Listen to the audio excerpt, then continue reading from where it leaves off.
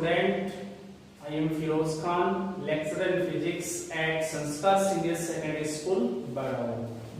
Today we will be discussing about physics 11. According to 11th class, physics को हमने 2 parts में divide किया था. First part classical physics, second part जो है वो हमारा है मॉडर्न फिजिक्स. देखिए बेटा, क्लासिकल फिजिक्स में आपको बताया गया था कि इसमें 1900 से पहले जो भी रूल्स बने फिजिक्स के, जो एक्सपेरिमेंट है या जो स्टडी मटेरियल्स है वो क्लासिकल फिजिक्स में, और 1900 के बाद जो भी रूल्स बने हैं फिजिक्स के, कुछ एक्सपेरिमेंट हुए हैं और प्रेजेंट अब तक वो मॉडर्न फिजिक्स में. 12th क्लास का फिजिक्स हम स्टार्ट करते हैं. उससे पहले हम ये डिस्कस करेंगे कि हम इसमें 12th क्लास में कौन से फिजिक्स के पार्ट पढ़ेंगे. तो मैं आपको शॉर्ट में 12th क्लास के सिलेबस पे थोड़ा सा हम डिस्कस कर लेते हैं. शॉर्ट में 12th क्लास का जो फिजिक्स है उसको 10 यूनिट्स में डिवाइड कर रखा है हमने. बोर्ड का एग्जाम होगा उसमें यूनिट 1 to 10, और इस 10 यूनिट्स में फिजिक्स के चैप्टर जो हैं वो है 17. टोटल चैप्टर कितने हैं? 17, और जिनका अलग अलग वेटेज है इन 17 चैप्टर का. हमारी जो 12th क्लास की जो फिजिक्स है उस फिजिक्स में जो इलेक्ट्रोस्टैटिक्स है वो फर्स्ट यूनिट है. इलेक्ट्रोस्टैटिक्स जो है वो क्या है? First unit. और ये जो इलेक्ट्रोस्टैटिक्स है ये किसका ब्रांच है? क्लासिकल फिजिक्स का. इलेक्ट्रोस्टैटिक्स क्या है? What is electrostatics? तो the branch of physics which deals with the study of charge is the rest is known as electrostatics. Electrostatics को 2 पार्ट्स में हम डिवाइड करेंगे. फर्स्ट जो हमारा आएगा उसको बोलेंगे स्टैटिक इलेक्ट्रिसिटी, और सेकंड जो पार्ट आएगा उसको हम बोलेंगे करंट इलेक्ट्रिसिटी. स्टैटिक इलेक्ट्रिसिटी में हमारे जो चैप्टर आएंगे first, second, third and fourth, ये कह सकते हैं 4 चैप्टर हैं इसमें फिजिक्स के 17 में से. और करंट इलेक्ट्रिसिटी है उसमें चैप्टर 5, चैप्टर नंबर 6, ये 2 चैप्टर होंगे इसके अंदर करंट इलेक्ट्रिसिटी में. अब देखिए यहाँ पे इलेक्ट्रोस्टैटिक्स का जो डेफिनेशन मैंने आपको बताया, तो हमारे पास में एक इंपॉर्टेंट टॉपिक आया जिससे टॉपिक को हम बोलेंगे चार्ज. चार्ज पढ़ने से पहले मैं आपको और इसका सिलेबस में जो मार्किंग डिस्ट्रीब्यूशन है वो बता देता हूं. तो फिजिक्स का जो बोर्ड एग्जाम का जो पेपर होता है वो 56 मार्क्स का होता है. 30 नंबर्स जो है वो हमारे न्यूमेरिक, ये बोल सकते हैं कि प्रैक्टिकल जो एग्जाम होगा वो 30 का होगा, और 14 नंबर जो है वो भेजे जाएंगे किसके? शतरंज के. तो इस प्रकार से हमारा जो टोटल पेपर है वो 100 नंबर का होगा. तो ये जो 17 चैप्टर है वो 56 मार्क्स के हैं. तो उसमें यूनिट फर्स्ट जो हमारी है वो इलेक्ट्रोस्टैटिक्स, और इलेक्ट्रोस्टैटिक्स में भी हम पढ़ेंगे स्टैटिक इलेक्ट्रिसिटी. अब आपको मैं बता दूं स्टैटिक इलेक्ट्रिसिटी, और उसमें जो इंपॉर्टेंट टॉपिक अभी मैंने बताया चार्ज. देखिए चार्ज के बारे में आपको बताते हैं. चार्ज के बारे में जो सबसे फर्स्ट टाइम या हम कहेंगे सबसे पहले जो साइंटिस्ट जिनका यूनान के साइंटिस्ट हैं उन्होंने चार्ज के बारे में बताया था. और क्या बताया उन्होंने? थैलस नाम था उन साइंटिस्ट का. तो वो बताते हैं कि बाल्टिक जो सागर है उसके किनारे येलो कलर का सबस्टेंस होता है, और उस येलो कलर के सबस्टेंस को हम एम्बर से जानते हैं. एम्बर, इस एम्बर को हम वूल, यहाँ पे वूल ऊन से समझेंगे. वूल से हम क्या करवाएंगे? रबिंग करवाएंगे. क्या करवाएंगे? रबिंग यहाँ पे समझेंगे कि घर्षण या रगड़ने से. रबिंग का मतलब ये होता है दोनों को आपस में रबिंग करवाएंगे. तो इस एम्बर सबस्टेंस में कुछ ऐसी प्रॉपर्टीज हो जाती हैं कि ये क्या करता है? Of paper and A dust particle, इनको एम्बर अपनी ओर क्या करता है, अट्रैक्ट करता है, अपनी ओर क्या करता है, अट्रैक्ट करता है। तो और एम्बर ये ग्रीक नेम है, Greek name of amber is electron on which the term electricity is based, similar property is seen when a glass rod. अब देखिए एम्बर और वूल को रबिंग करवाने पर ऐसी ही प्रॉपर्टी एक और आती है, किसके अंदर आती है, वो ग्लास रोड में। और ग्लास रोड को हम किससे करवाएंगे, rubbing silk cloth, silk cloth, silk cloth से हम क्या करेंगे, इसको रबिंग करवाएंगे ग्लास रोड। और उसमें भी, इस ग्लास रोड में भी ऐसी ही प्रॉपर्टी आती है, सिमिलर प्रॉपर्टी, किसका तरह, एम्बर की तरह। ये भी क्या करता है, small dust particle, piece of paper, इनको अपनी ओर क्या करता है, अटैक करता है।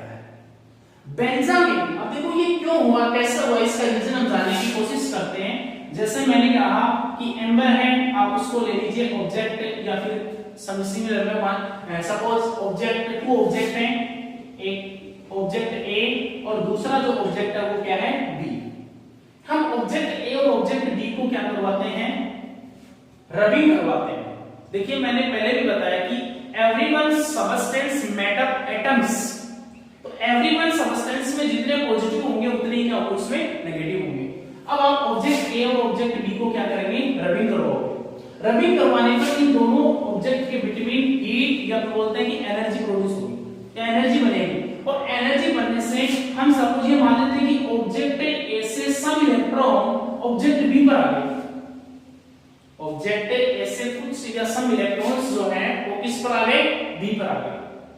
देखिए इलेक्ट्रॉन बी पर आ गए, तो यहां कह सकते हैं इलेक्ट्रॉन ज्यादा हो गए, या यहां पे इलेक्ट्रॉन क्या हो गए, इंक्रीज हो गए, और यहां इलेक्ट्रॉन क्या हो गए, डिक्रीज हो गए।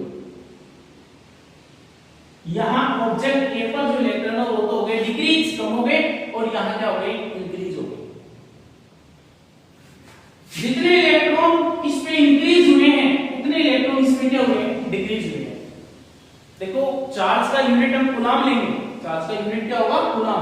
तो मैं आपको बता दूं, जैसे यहां पे 2 कूलम चार्ज आया, यहां भी 2 आएगा, ऑब्जेक्ट सेम साइज के हैं, तो यहां नेगेटिव और यहां क्या आ गया, पॉजिटिव। तो इन्हीं नेगेटिव और पॉजिटिव को बेंजामिन ने 2 टाइप में डिवाइड किया है। मैं आपको बता दूं इलेक्ट्रॉन में जो चार्ज है, मिलिकन ऑयल एक्सपेरिमेंट हम पढ़ते हैं, मिलिकन ऑयल ड्रॉप एक्सपेरिमेंट है, उसने इलेक्ट्रॉन पे चार्ज निकाला था 1-1.6 into 10 to the power -19 coulomb. ये चार्ज निकाला था किसके ऊपर, इलेक्ट्रॉन पे। किसने निकाला था, मिलिकन ने। मिलिकन जो साइंटिस्ट था उसने इतना चार्ज फाइंड किया था किसके ऊपर, इलेक्ट्रॉन पे। तो यहाँ पे हम बात कर रहे थे किसी ऑब्जेक्ट ए और बी को आपस में आपने क्या करवाया, या कहते हैं म्यूचुअली इनको क्या करवाते हैं, रबिंग करवाएंगे। और रबिंग करवाने पर इनपे क्या होगा, एक ऑब्जेक्ट से सम इलेक्ट्रॉन ऑब्जेक्ट बी पे आ गए, तो इस पे तो इलेक्ट्रॉन इंक्रीज हो गए, इस पे इलेक्ट्रॉन डिक्रीज हो गए। तो ये 2 टाइप में क्या हो गए, डिवाइड हो गए।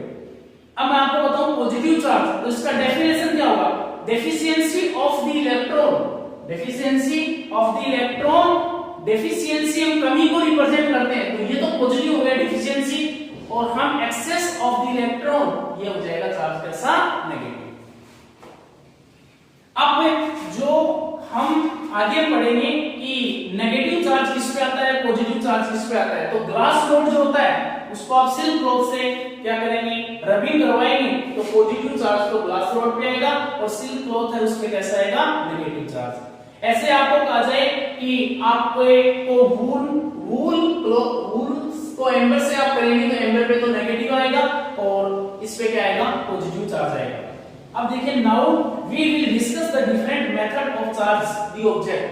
तो ऑब्जेक्ट को हम चार्ज कैसे कर सकते हैं, तो ऑब्जेक्ट को चार्ज करने के जो मेथड है वो 3 मेथड पढ़ेंगे हम यहाँ पे। फर्स्ट जो हमारा मेथड आता है उसको बोलते हैं फ्रिक्शन। फर्स्ट जो हमारा मेथड आएगा उसको क्या बोलेंगे, फ्रिक्शन, क्या बोलेंगे, charging by friction, charging by friction. Charging by friction.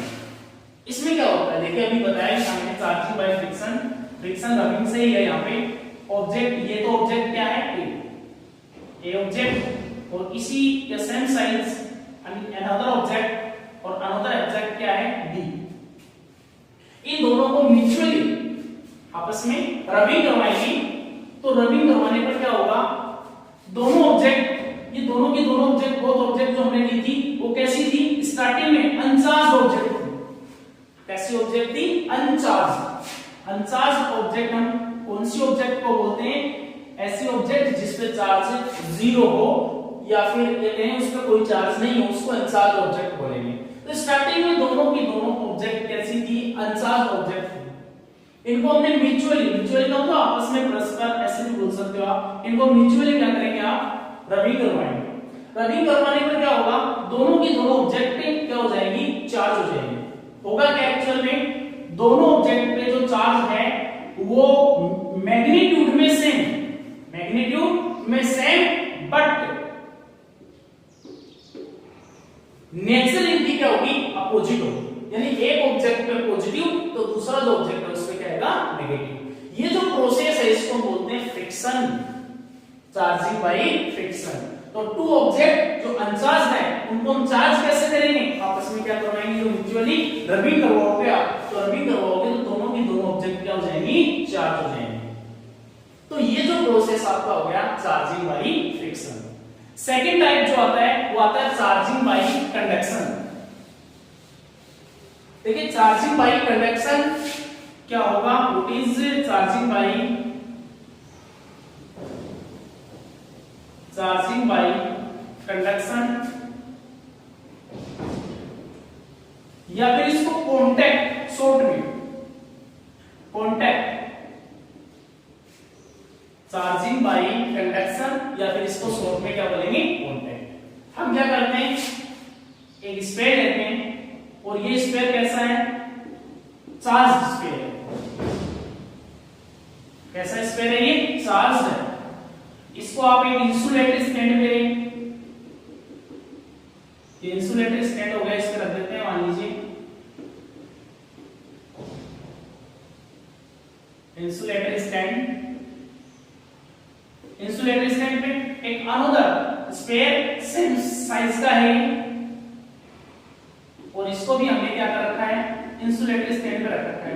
लेकिन ये फर्स्ट जो आपकी पोजीशन है, उस फर्स्ट पोजीशन में ये अनचार्ज है। कैसा है, अनचार्ज।